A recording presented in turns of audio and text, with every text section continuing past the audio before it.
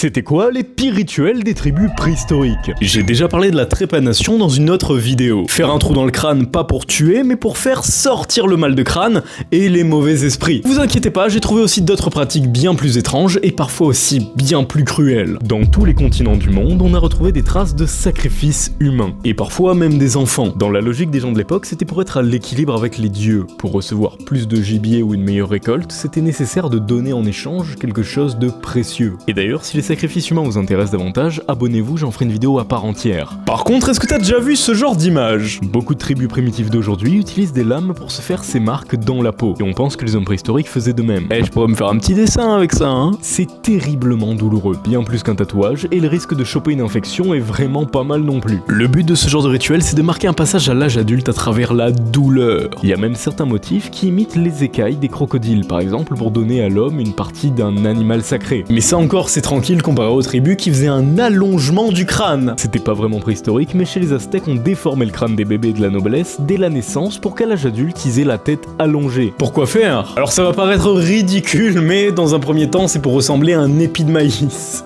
Le minot il veut ressembler à un épi de maïs, comme. C'était une plante vraiment sacrée pour eux, mais concrètement c'était un moyen pour eux de se distinguer des gens du peuple. Bon, entre temps on a inventé la couronne quoi, c'est peut-être un peu plus pratique. Un autre truc pratique c'est de t'abonner si jamais